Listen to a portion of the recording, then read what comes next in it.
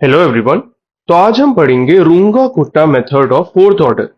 तो इससे previous videos में मैंने रूंगा कुट्टा मेथड ऑफ फर्स्ट और सेकंड ऑर्डर पढ़ाया था, जो कि ऑयलर्स और ऑयलर्स मॉडिफाइड मेथड है। ठीक है, अगर उन्हें नहीं देखा तो तुम उन्हें चेकआउट कर लेना, उनकी लिंक डिस्क्रिप्शन में मिल जाएगी।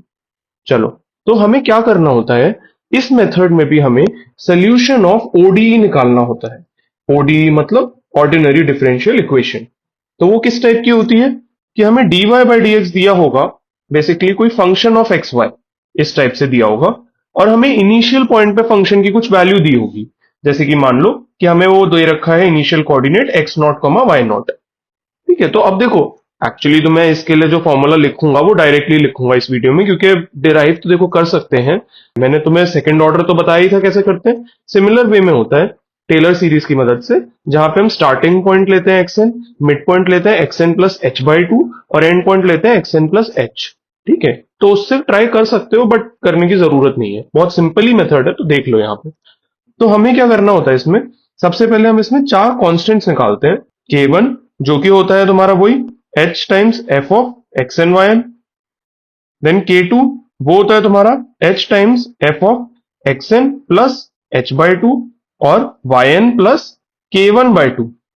K3 तुम्हारा आ जाएगा h times of F of x N plus H by two फिर से, और Y N plus K2 by two. तो ये तो सेम ही हो गया K2 जैसा, है ना। और K4 हल्का सा अलग आ जाएगा, वो आ जाएगा तुम्हारा h times of F of x N plus h y N plus K3। तो देख रहे हो, पहले ये हमने K1 निकालते वक्त क्या लिया था, xn और yn जो कि स्टार्टिंग पॉइंट थे। देन K2 निकालते वक्त हमने क्या किया, प्लस h बाई टू कर दिया और K1 बाई टू कर दिया। देन K3 निकालते वक्त फिर से h बाई टू और K2 बाई टू, और K4 निकालते वक्त सीधा h ले लिया। तो ये एंडिंग पॉइंट हो गया। ये दोनों मिडल पॉइंट की बात कर रहे हैं, एंड पॉइंट की बात कर रहे हैं, स्टार्टिंग पॉइंट, ऐसे है ना। ठीक है, और यहाँ पे सेम जैसे h बाई टू है तो यहाँ K1 by to, h by two है तो K2 बाई टू, मतलब ऊपर से तुम निकाल रहे हो और नेक्स्ट वाली वैल्यू में यहाँ डिवाइड बाई टू करके डाल दिया, और ये K3 के केस में तुमने डायरेक्टली डाल दिया। बस फिर तो कुछ है ही नहीं। अगर ये चार कांस्टेंट निकल गए, उसके बाद तुम सिंपली लिख सकते हो yn प्लस वन, यानी कि नेक्स्ट y की वैल्यू हो जाएगी तुम्हारी yn plus one by six times of K1 plus two K2 plus two K3 plus K4। अब देखो यहाँ K2 और K3 के साथ 2 मल्टीप्लाई हो रहा है, क्योंकि यहाँ हमने h बाई टू वाली टर्म्स ली थी, यानी कि K1 बाई टू वाली टर्म्स ऐड की थी, और बाकी में हमने कोई divide by two multiply by two जैसी चीज नहीं की, तो इसलिए हम यहां भी नहीं करेंगे। और ओवरऑल इनका सम देखो, one plus two plus one कितना हो जाएगा, सिक्स ही तो हो जाएगा, तो इसलिए डिवाइड बाई सिक्स कर दिया। बस, तो यही है तुम्हारा रूंगा Kutta method of fourth order. चलो, अब वही एग्जाम्पल देख लेते हैं फिर से। तो एग्जाम्पल हमारा क्या है, d y by d x हमें दिया हुआ है एक्स प्लस टू वाई। ठीक है, और हमें दिया हुआ है कि f of one is equal to one, यानी कि फंक्शन की वैल्यू वन पे वन थी। तो इसका मतलब क्या हुआ, एक्स नॉट हमारा वन है और वाई नॉट हमारा वन है। ठीक है, और हमसे पूछा है कि फंक्शन की वैल्यू टू पे क्या होगी, तो एंडिंग पॉइंट क्या है, टू। अब देखो, क्योंकि इसमें हमें चार चार पांच पांच स्टेप करने पड़ रहे हैं, इस बार हम बहुत ज्यादा नहीं लेंगे, इस बार हम n को टू ले लेते हैं, तो यानी कि दो इंटरवल्स में काम करेंगे। बहुत ज्यादा लेंगे तो फिर आइट्रेशन भी तो उतनी करनी पड़ेंगी, तो उतना नहीं करेंगे अभी। ठीक है, और वैसे भी ये बहुत जल्दी कन्वर्ज करेगा, बहुत जल्दी आंसर ला के दे देगा तुम्हें एक्यूरेट।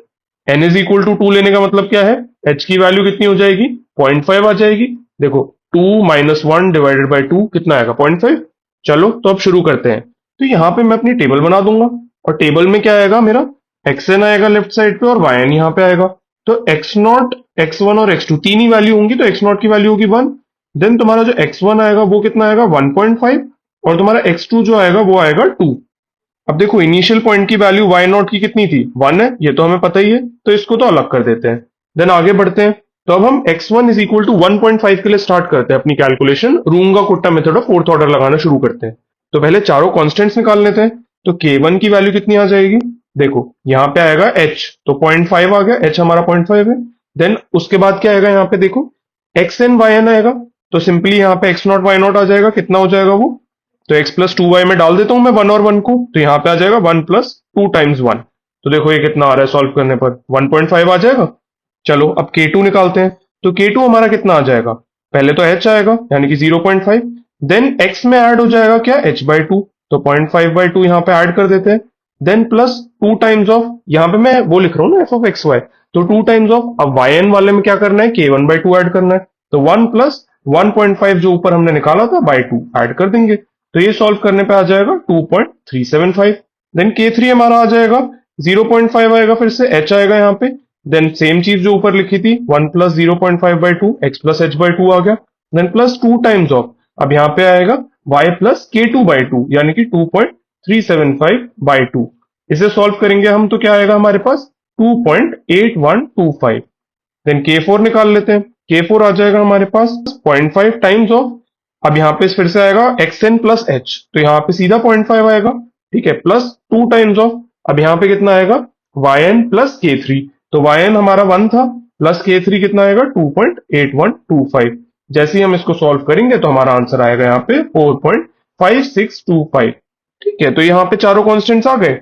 देन हम अपने सिंपली y1 को निकाल सकते हैं। अब कितना हो जाएगा y0 प्लस 1/6 टाइम्स ऑफ जो भी था वो फॉर्मूला, ये वाला फॉर्मूला लगाएंगे, ठीक है, K1 plus 2 K2 plus 2 K3 plus K4।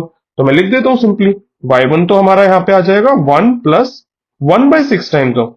अब देखो यहाँ पे कितना आ रहा है, पहला वाला K1 कितना है 1.5 प्लस 2 टाइम्स ऑफ K2 कितना है 2.375 प्लस 2 टाइम्स ऑफ K3 कितना है 2.8125 प्लस K4 कितना है 4.5625।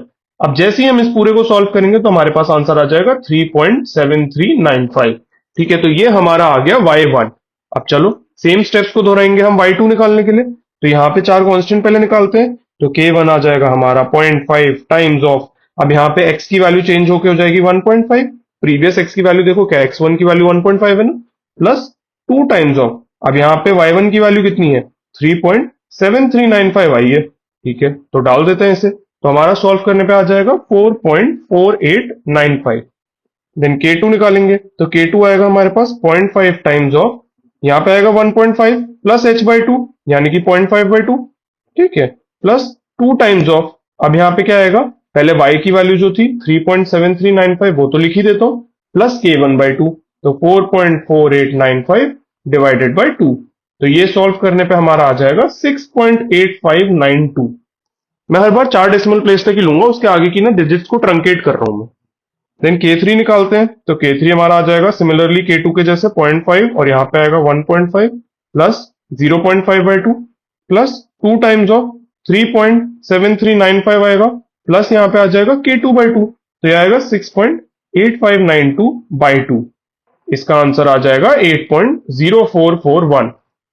देन फाइनली K4 आ जाएगा हमारा h टाइम्स ऑफ, अब यहाँ पे आएगा देखो xn प्लस h आएगा सीधे सीधे इस बार, तो 1.5 में सीधा ऐड कर दूंगा 0.5, तो नेक्स्ट x की वैल्यू ही आ जाएगी यहाँ पे, प्लस 2 टाइम्स ऑफ y में क्या आएगा 3.7395 प्रीवियस y की वैल्यू प्लस K3 सीधा सीधा, तो 8.0441, और जैसे ही इसको सॉल्व करेंगे तो आएगा ये 12.7836।